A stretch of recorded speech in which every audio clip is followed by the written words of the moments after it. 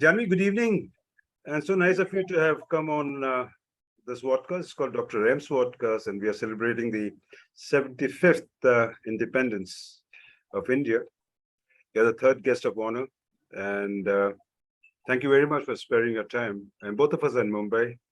And let me do the honors of introducing you. Here we go.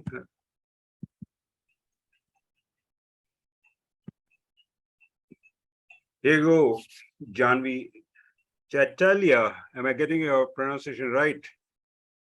Yes, Yeah? yes. Yeah, so you're gut and functional nutritionist, and you are the founder of Body Cocoon, at Body Cocoon, but you are a brand by yourself, Mhm. Janvi. And again, thank you very much. And that's what I like about what you have put in your website, that happy guts and happy you. And I swear, and you're going to talk a lot about us, to us about how to keep our guts well and healthy. Mhm. And this is something that I really like, the tagline that you said, when things change inside you, things change outside you. That's a real tagline that I really like about it. And this is an amazing set of qualifications that you have.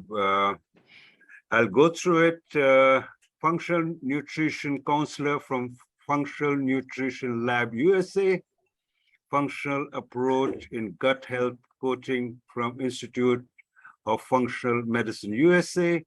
Then you have done Integrative Nutrition at New York, USA.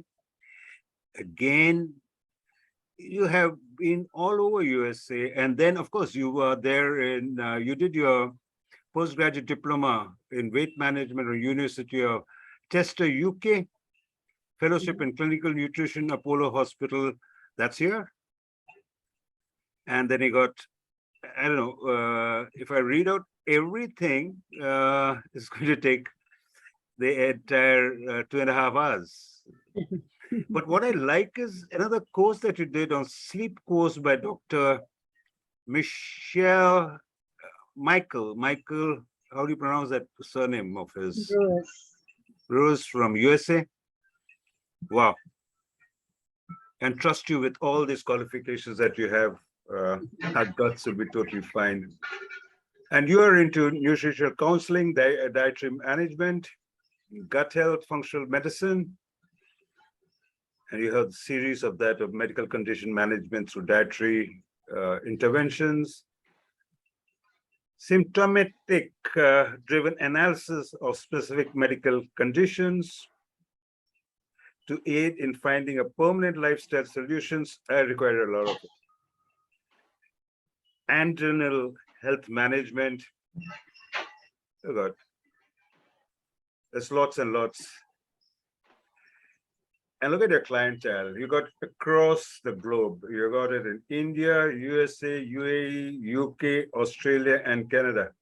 And all of you there who are going to listen to Dr. M's podcast, you have Janvi, and she's there. I'll share your website with all of them, all my guests and fellows on my Dr. M's podcast, which is on a totally a different subject. It is on my domain area of continuous improvements. So all my guests and fellows who are following me, you're welcome to contact Janvi and take her guidance. And there we go. Over to you, Janvi. On our third episode, I'm going to stop sharing and start chatting with you.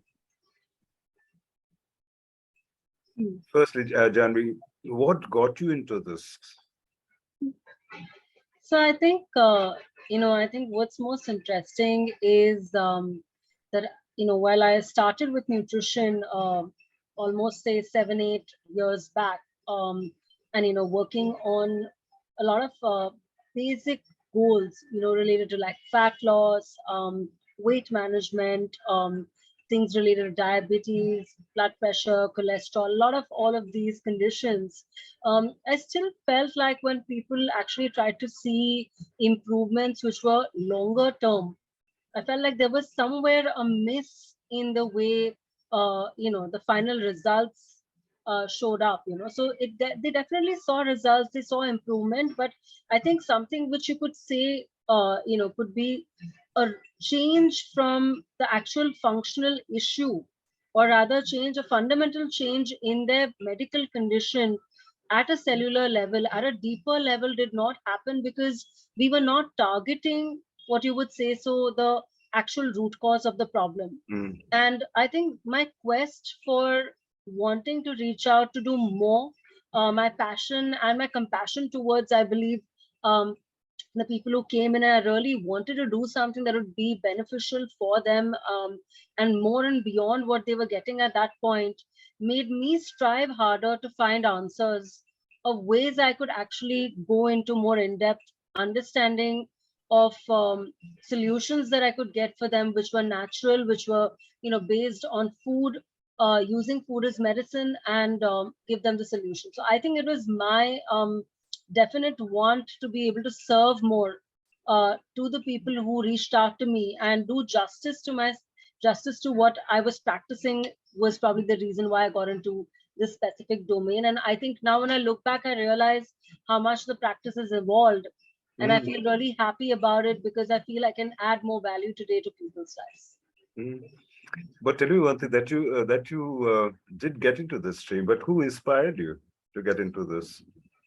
So I think I would not say that I really had an inspiration per se to specifically get into this stream. I think it was a lot of self-realization and Mm. introspection of what I wanted to really do, as far as my work was concerned, and how I wanted to better myself every time, in terms of my understanding of the subject, my skill set, and what I could offer to people. But I think the reason behind wanting to strive harder to meet, probably say, par excellence, or try to get better and better, I think came from my dad. My father was a huge influence in helping me to really see that I could really push myself and push the boundaries every time and do better, and not keep looking at how I could evolve as a professional and be a better professional every day, every year. So I think that is what inspired me to look beyond, and then also my own quest for looking for the right answers. Janvi, the domain area in which I am, which is the continuous improvement of organizations and processes, etc., we do believe in a systems approach. And Mm. that's something that we talk about very often. We talk about what Dr. Deming has said, and many others who have talked in the same line of systems. And they do compare, when you're talking about the organizations, and irrespective of which sector you come from, we always take a clue by saying that, look, at the organs in your body as a total system. And we say that they can grow independently. They can grow independently, but they are interdependent. So that's the systems approach that we have been able to talk about. That, and we always say, you see, the hands can't say we are alone. The hands can grow the way they want to. The nose can grow the way they want to. But they're so interlocked that one does influence one another, while they're independently, they grow by each other. And that's what we talked about as a system in an organization. So in your specific specialization of gut, how much does that influence? I'm sure it influences all parts of our body. So can you just throw some light on to many of us? Well, now I got the guts to ask you that. So just tell me all about it. So I think what you said was very correct. Almost they say that the reason why it's also called functional nutrition is because it exactly stems from the belief that the body is a functional unit. And like you clearly said, that it all works in sync with each other. So even if one thing is out of sync or out of alignment, then you're going to be able to see the effect of that sooner or later on different parts of the body as well. As far as gut health is concerned, I think Hippocrates said this many years back, that all disease begins in the gut. And I think that is very true when you're looking at this entire aspect of things, because at the end of it, I think, you know, gut health is primarily the base. I think it's a very underrated organ, but it has an influence on everything from your immune function to your digestive tract to your mental and emotional health to hormonal health. Every single aspect, even your adrenal fatigue or your sleep patterns, a lot of it, all of it is actually completely governed by the gut. And to just break it down further into another one or two lines for people to understand better is that basically your gut is your digestive tract, which largely is from, you can say it starts in the mouth and it's up to the anus. And what the beauty of this is the small and the large intestine, especially the large intestine, houses a beautiful universe or ecosystem of this bacteria which live in sync with each other, which is 85% good bacteria, 15% bad bacteria. And they literally are in synergy with each other to be able to balance the system out. So if there is ever obviously an imbalance of this percentage or ratio, is when you start seeing issues or inflammation which starts in the gut and which moves to different parts of the body and can cause more symptoms. So essentially what we want is to keep creating an ambient environment in the gut in order to have the balance that we need. And like I said, that the gut, these microbes literally govern all these functions in our body. So keeping our gut happy is really true, because if you keep the microbes happy and in balance, the body will also be in balance. Why don't you share some success stories of yours, some something so that it drives home what you exactly said, and many of us can relate to some of the success stories, and that'll be a great help to us. Yeah, I think firstly, I think just to compartmentalize what we do, because it is still, I think people are learning and there's more awareness that's coming through about gut health. Gut health, like I said, because it affects so many different functions in the body. You're looking at anything from people who have irritable bowel syndrome, which is IBS, or people who have GERD, or which is acid reflux, and low stomach acid, hypochlorhydria sort of issues, or people who have autoimmune conditions which are really rising today because of inflammation and leaky gut.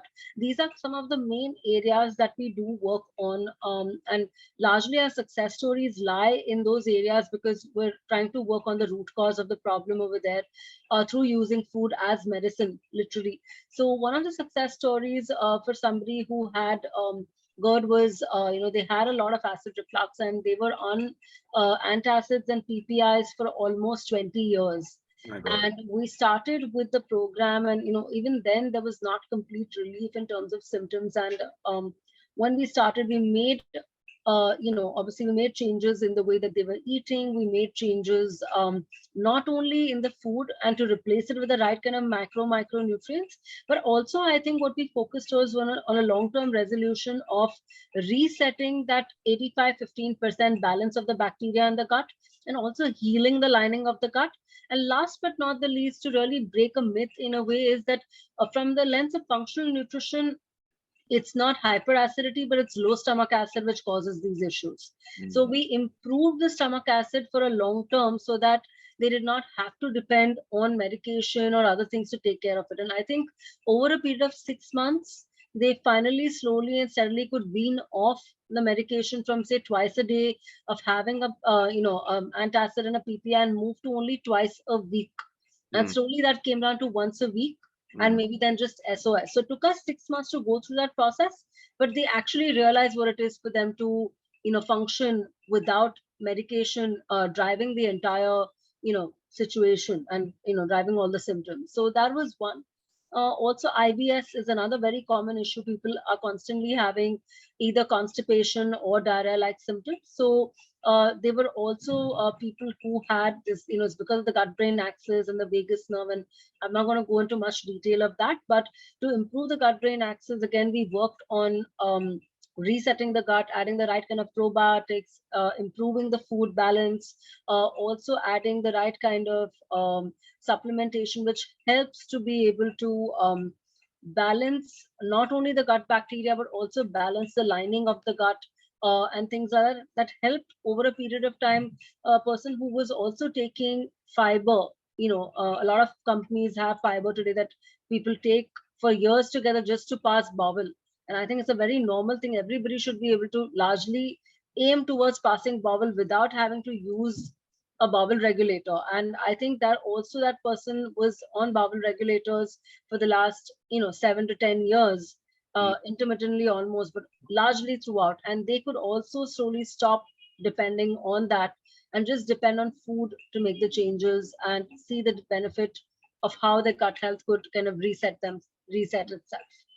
So, there are many more conditions like that, but I think these two, just to, because these are very common issues. Every other day, I have people walking in telling me I have an autoimmune condition I have, or I don't know what my symptoms are. And, these are my whole packet of symptoms. And can you help me figure out what's really going on with me? And then we've been able to help them break it down to understand that through a functional lens, and then help them to even treat them through using natural methods to resolve their issue. How do you interact with them? Interact with your, you call them patients, clients, customers? What do you call them? So yeah, I think it's normally clients is more, we do call them clients mostly. You call them clients? Oh, thank God. Thank God. Because I get scared when doctors call me patient, right? Yeah. Okay. Well, some of the chronic cases that we have, which is very common these days, is diabetic, hypertension, migraine. I don't know. You know the series of those. Mhm. Which are the common ones that you get, and how does this gut? Everything goes into the stomach, right? Into the gut. So Absolutely. let's talk a little more about it so that we commoners can understand, because many of the terms that you use I can't understand. So Yeah. can we? So yes, I think obviously I think diabetes, hypertension, hyperlipidemia or dyslipidemia, as you call it, which is high cholesterol, high liver enzymes and other things have been very, very common over a period of time. I think it's just that we are learning now to make the connection of that with gut health. So say, for example, in a very simple way, I'll give you a simple example for, say, high cholesterol. A lot of people don't know that the fiber that we eat through our food, which could be vegetables or could be, fruits, vegetables, you're looking at even soluble fiber like oats, chia seeds. A lot of these things actually also help to kind of, especially soluble fiber helps to bind with the cholesterol. So body produces cholesterol, and the excess cholesterol needs to bind with the fiber that you're eating in the gut, and then throw the excess cholesterol out from the system. Often people who do tend to have long-standing issues with IBS or constipation, not able to clear their stool very well, eventually have seen over a period of time, if you really look, most cases you will see that they may develop, if nothing, high cholesterol or a high liver enzyme, because all the cholesterol basically from the large intestine gets reabsorbed again into circulation, because we keep eating our next meal, right? And the food has to, the body constantly is taking in nutrients from the food we've eaten. But if there is still waste from the food you've eaten, say a few hours before or a day before, which hasn't cleared, your body at that time cannot choose that I will not take this food, which is still lying in the tract, into circulation.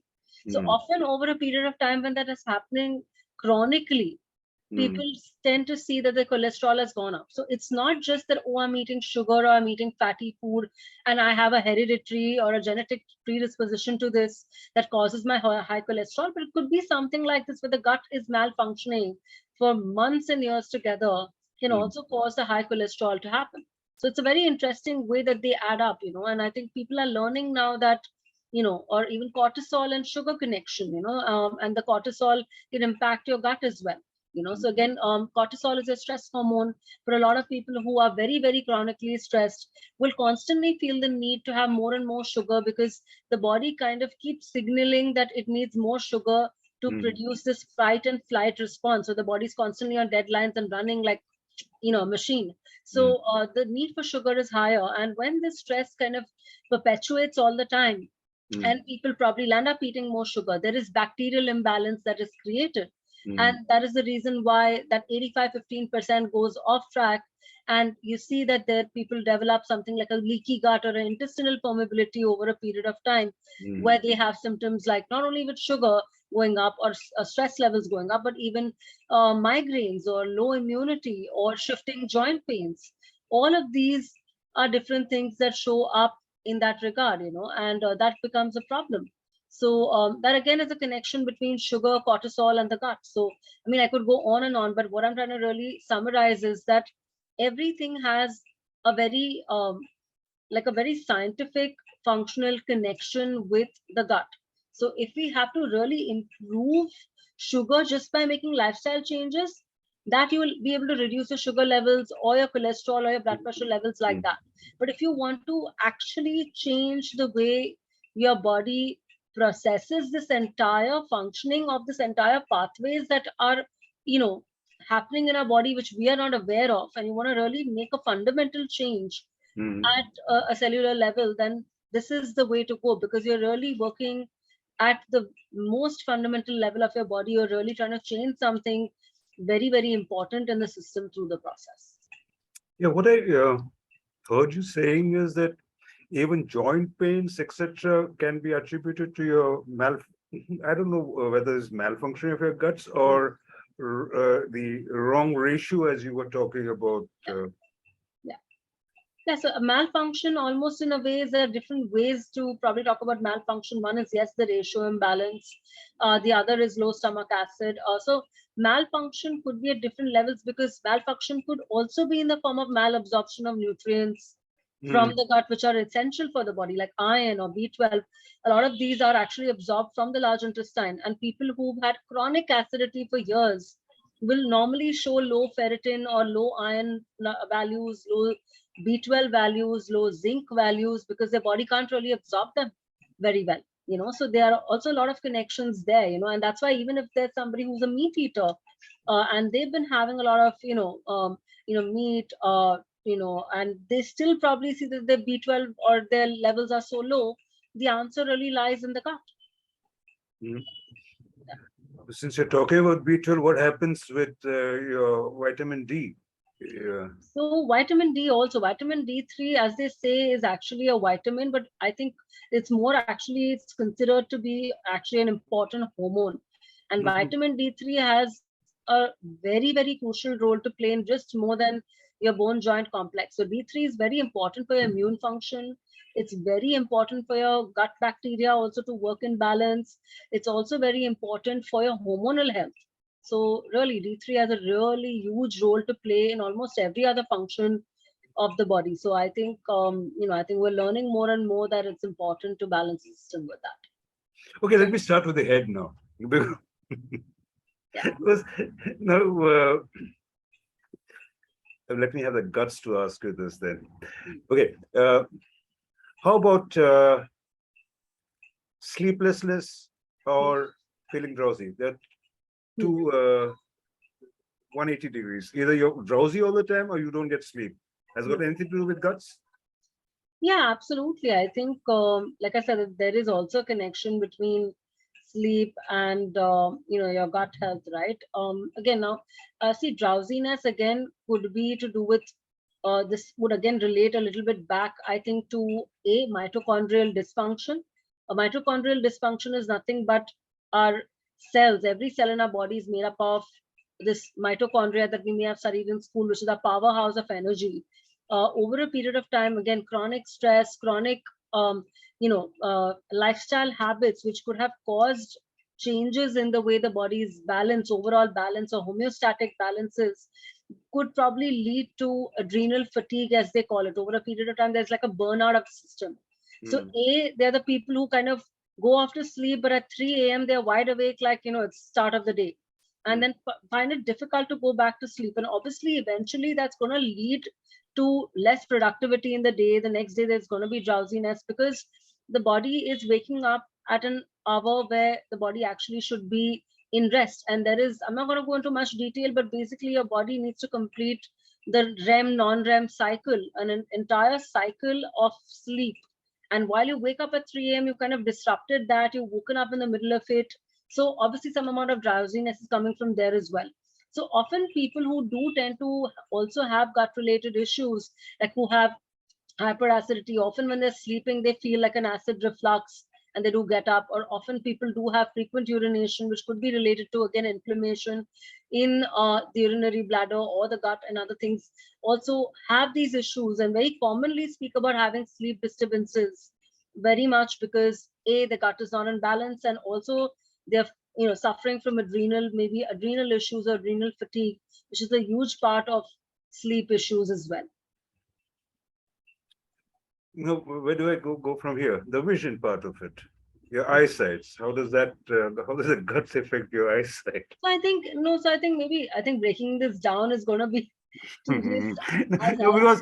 because everything that you say, I feel that I have the symptoms. So that's the reason that I keep asking you. No, I Okay, don't think it should now add up that way. let me be generic within various. You got a circulatory system, your nerve system. It affects everything, right? Basically affects everything. Okay, let me share an interesting Yeah. fact rather than the eyes. Let's speak about that. So when I spoke about the gut-brain connection, obviously it's very technical, but to make it very easy, there is a bi-directional communication which is happening all the time between your gut and your brain. And you don't even realize that, but we all know of these different, when there is a certain kind of, you see the butterflies in the stomach is real. When you're feeling a certain kind of nervousness or happiness or excitement, all of that is really your gut brain connection talking to each other. So there is, through the spinal cord, there is this nerve called the vagus nerve, which kind of moves from the brain to the gut, and via the spinal cord, and it actually has a huge role to play in your stress resilience of your body. So often when people tend to have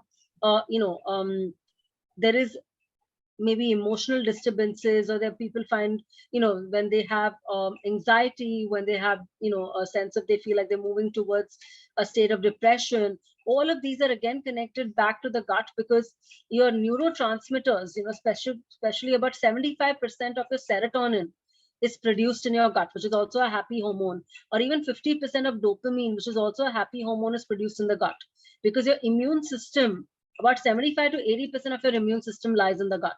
So often when there is a need to improve stress resilience overall in the body, to improve function, it's important to increase this vagus nerve resilience. So 2 or 3 interesting things that people can take back home and do also is, so gargling is great to improve this vagus nerve resilience. So, I think a lot of people started gargling in the lockdown, and, it became a habit for a lot of people to start doing that. So I think it's a great habit to continue to improve stress resilience of your vagus nerve. Also, laughing out loud, having a good time, really laughing is very, very therapeutic in many ways. So it can also increase your stress resilience of the vagus nerve. Also, obviously, meditation is great to do that. And my favorite tip that I always, love to share this with everybody is that taking a hot shower, people who love having a hot shower, could try to actually, just before they, wrap up, they could try and take like maybe a 30-second, 1 minute, 2 minute of a cold shower. So really having that temperature difference that you bring about can also improve your vagus nerve stress resilience. Say that again. So that's when you go to sleep, before you go to sleep, or No, what? not necessary, any time in the day. So So I what do you mean, do? so when you You do have a have hot this, shower and then you have a. yeah. So I mean, if people, so there are people who love taking a cold shower, which is great. It's also a great way to improve stress resilience, like I said. But for people who prefer having a hot shower, at least that last 1 minute when you're showering, you want to try and take cold water on your body, so that it really helps to set that kind of a stress resilience for the vagus nerve. That'll be a great tip. Most of my friends on the other Vodcast, they go through a lot of stress in the organizations where they work in. So what are the tips that you would like to give them? You can't say that they don't take stress, but they definitely go through various work-related stress. Yeah, I think everybody does, right? I think we all are at different levels facing stress on a day-to-day basis of some sort. So yeah, I think what I would suggest is my top maybe 1 or 2 suggestions, 3 suggestions would be, one is start eating a plate which is almost like a rainbow colored plate of fruits and vegetables. If you can obviously tolerate a lot of people today can't tolerate a lot of fruits and vegetables, but if you can tolerate, you want to try and diversify the colors on your plate, because it's really, really high on on antioxidants, on polyphenols, bioflavonoids, which are very, very high for, very, very useful for immunity of the system. So you want to try and be able to make your plate colorful. That is one which can really help with stress resilience as well. Also, what you could try and do to help the system work better, the gut work better, is to work on even taking in some form of probiotics. I think that's something that's very, very, it's not a part of our day-to-day culture, but I think, like our grandmothers used to make these homemade pickles, which are also great because they're fermented, and they're really the most basic way to make actually fermented food. So maybe you can have that with less oil and less sodium in them, and make some fermented pickle and have a small part of that during your meals is a great way to add probiotics. Or even if you can tolerate dairy, you can have some yogurt if possible, which can also have that, or even kefir or rice water kanji or black carrot kanji. A lot of recipes today are available online. Integrate them into your daily plan to improve the good ratio of your gut bacteria, because probiotic are beneficial strains of bacteria, and they help to reset the balance back. And last but not the least, I would think, which is important, is to try and constantly have a look at, maybe consciously seeing that you want to try and eat more of anti-inflammatory foods. So a Like lot of, what? so you're looking at millets are great as anti-inflammatory foods. Already vegetables and certain fruits we spoke about. So you want to try, and maybe some amount of seeds can be had. Also, our herbs and spices. Our Indian kitchen is full of anti-inflammatory, you know, powerhouses, if you would say so. Potent powerhouses. Everything from turmeric and ginger and cinnamon, and all of these are great. Methi, and all of these can be incorporated one by one, obviously under the guidance of somebody, to ensure that you are having an anti-inflammatory diet, because that'll bring your body back to balance as well. So these three are really important to do. And obviously the probiotic, you also want to have a prebiotic, which is the food for the good beneficial strain. So I'm not going to go into much detail of that, but I think these 3-4 things can really help the body strengthen its immune force, and really help the body to have a better gut health. This that's a little too much for me to digest at this point of time.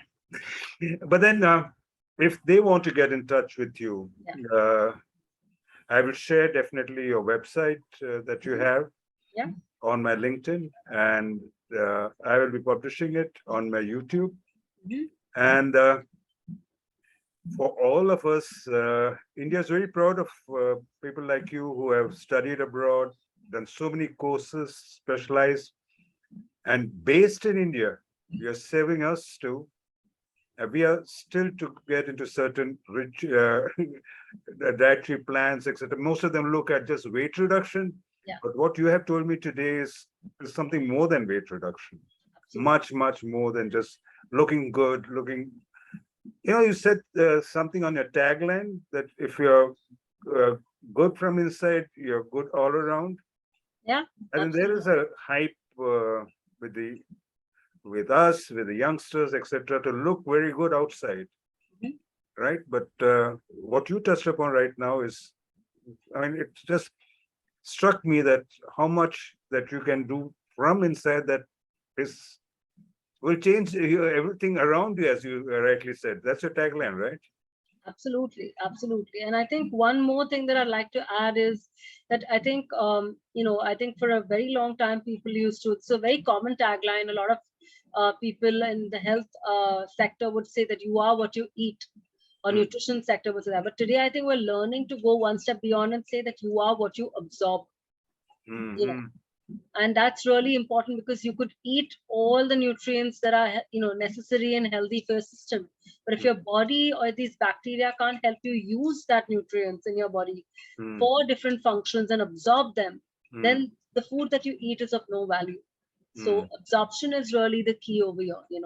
So I think it is truly, you are what you absorb. Like, you literally are what you absorb. And I think it's true in so many ways, right? All the energy that you absorb, what you absorb within your body, in so many ways, I think it's so true. That's great. And probably I am going to hear this again so that I can absorb more than what I have heard. And thank you very much, Janvi, and great. And again, thank you very much. I know there are people waiting for you to attend to your guests, your clients online today. So thanks for taking care of us. And I'm sure many of people who watch my videos, and you got much more followers than I do. And please take care of yourself and take care of all of us. Thank you very much, Janvi. Thank you. And Thank you thank for you very having much. me I'm on. going to stop recording you. I'll see Thank you you.